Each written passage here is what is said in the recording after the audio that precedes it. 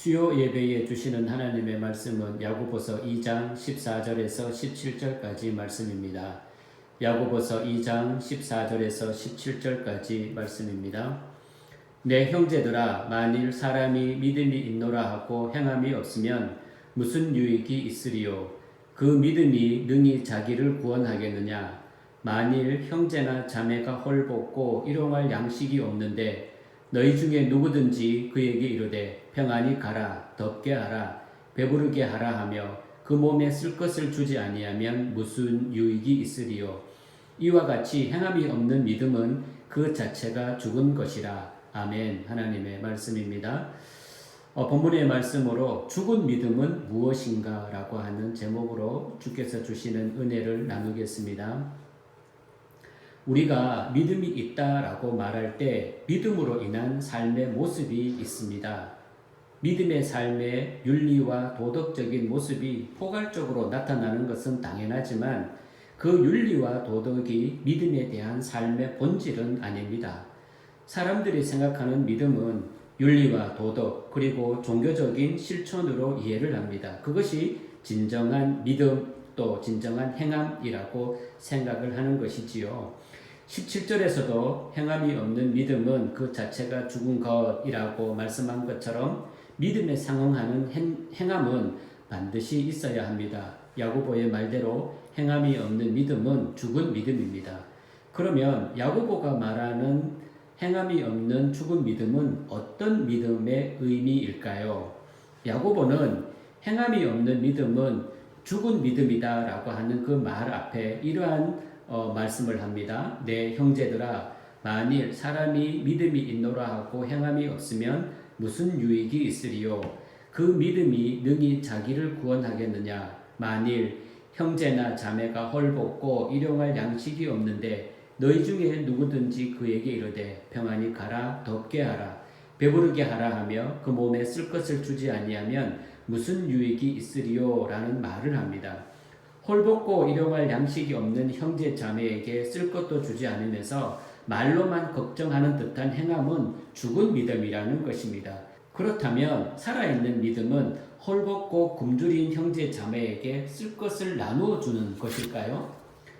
야고보의 또 다른 행함의 예를 한번 봅시다. 야고보서 2장 20절 21절의 말씀인데요. 허탄한 사람아, 행함이 없는 믿음이 헛것인 줄을 알고자 하느냐?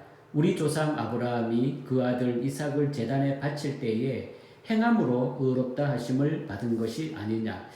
자, 이 말씀을 보면 하나님께서 원하시면 아브라함처럼 아들까지도 기꺼이 제물로 바칠 수 있는 행함이 의롭다 하심을 받을 수 있는 산 믿음이라는 것입니다.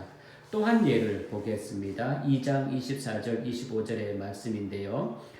이로 보건대 사람이 행함으로 의롭다 하심을 받고 믿음으로만은 아니니라. 또 이와 같이 기생 라합이 사자들을 접대하여 다른 길로 나가게 할 때에 행함으로 의롭다 하심을 받은 것이 아니냐. 25절에서는 자기 목숨을 걸고 이스라엘의 정탐꾼을 도와준 라합의 예를 들면서 라합의 행함을 의로운 믿음이다 라고 말합니다. 문자 그대로 해석하면 남을 위해서는 자기의 목숨도 걸 수 있어야 참된 믿음이라는 것입니다. 지금까지 야고보가 세 가지의 행함에 대해서 말씀을 드렸습니다. 그러면 이 세 가지의 행함 중에 여러분들이 할 수 있는 행함은 어떤 행함이겠습니까?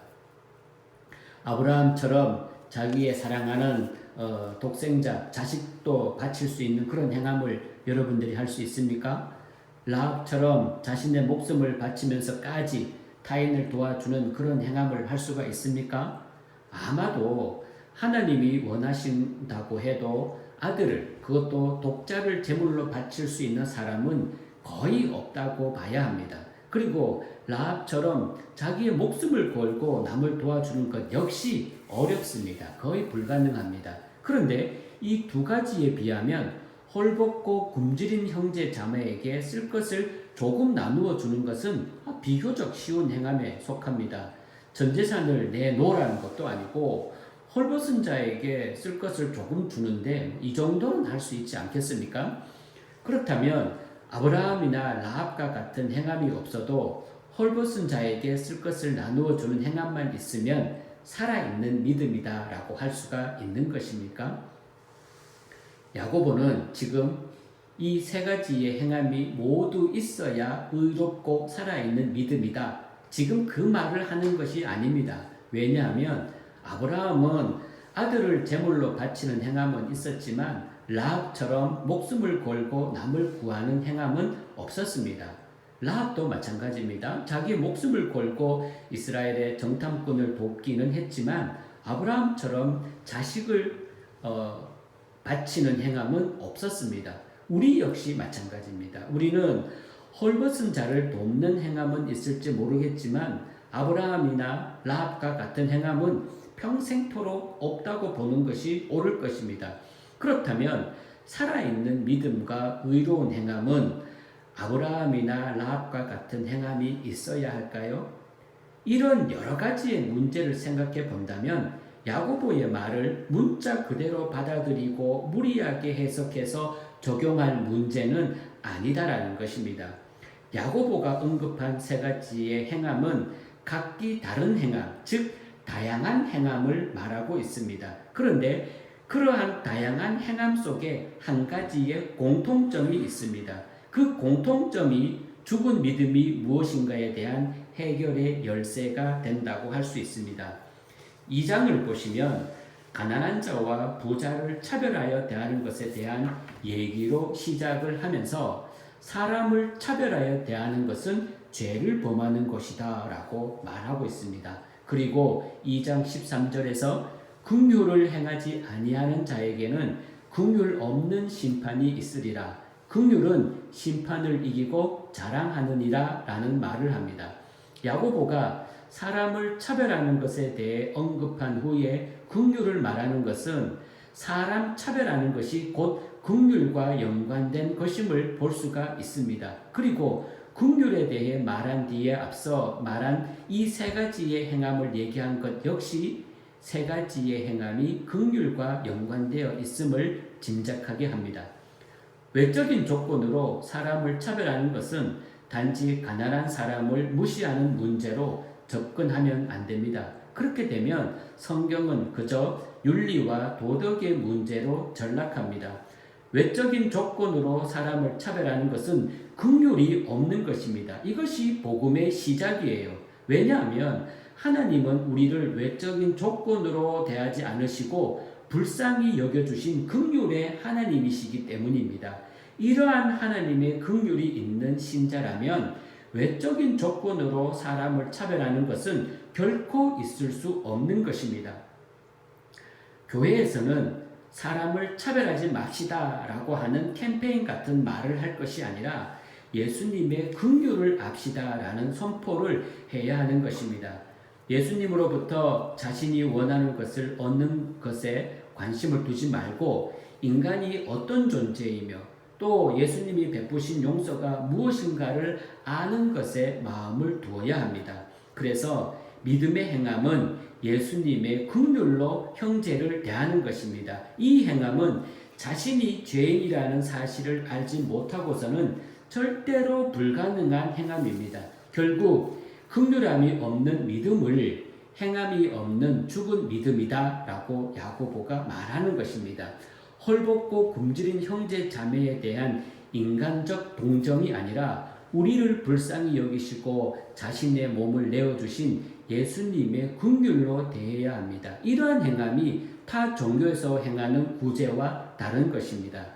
이처럼 긍휼은 자기의 것을 지키는 것이 아니라 내어놓게 합니다. 그래서 헐벗은 자에게 말만 하는 것이 아니라 쓸 것을 주게 되는 것입니다. 이것이 동정이 아니라 긍휼입니다. 아브라함이 이삭을 바치는 것도 아브라함의 무조건적인 순종이라는 시각으로 보기에는 뭔가 부족합니다. 이삭을 바치는 행위로 인해 드러난 것은 아브라함의 하나님을 향한 경외함이었습니다. 이삭에 대한 하나님의 약속을 믿는 믿음으로 인해서 하나님이 하시는 일에 순종하게 된 것입니다. 하나님은 이삭 대신에 순양을 준비하셨습니다. 이것을 통해서 하나님은 죽어야 할 우리 대신에 제물을 준비하셨음을 보여주십니다. 그 제물이 예수님이시고, 따라서 아브라함이 이삭을 바치는 사건에서 드러난 것은 하나님의 긍휼함인 것입니다. 이처럼 신자가 알아야 할 것은 하나님은 긍휼의 하나님이시라는 것입니다. 따라서 행함이 있는 믿음은 바로 긍휼의 하나님을 믿고 하나님이 행하시는 일에 순종하는 것입니다. 라합이 정탐꾼을 도와준 것도 인간적 도움이 아니라 하나님께서 이스라엘을 다스리고 계셨고 그 하나님이 여리고를 무너뜨릴 것을 믿은 믿음의 행동입니다. 이스라엘에게 부어주신 하나님의 긍휼함을 구하신 것입니다. 야고보가 말한 이 세 가지 행함의 중심에는 긍휼함이 있습니다. 이것을 생각해 보면 야고보가 말한 행함은 긍휼을 의미하는 것이고, 따라서 행함이 없는 죽은 믿음은 하나님의 긍휼이 없는 믿음을 의미한다는 것임을 알 수 있습니다. 여러분, 믿음은 하나님의 긍휼을 아는 것입니다. 그래서 신자는 예수님의 십자가에서 하나님의 긍휼을 볼 수 있어야 합니다. 신자의 심령에 하나님의 긍휼이 있다면 신자로부터 긍휼의 모습이 보여야 합니다. 저와 여러분들에게 하나님의 긍휼하심과 예수님의 은혜의 통로가 되시기를 존귀하신 주님의 이름으로 축복합니다. 기도하시겠습니다. 하나님의 크신 은혜와 긍휼함으로 우리를 구원하여 주심에 감사드립니다. 생명의 빛을 진 자로서 이 땅 가운데 살아갈 때에 하나님께 받은 은혜와 긍휼함을 증거하며 또 의롭고 또 살아있는 믿음을 행하며 살아가도록 우리 부천성례교회 모든 성도님들을 도와주시옵소서. 예수님의 이름으로 축복하며 기도하옵나이다. 아멘.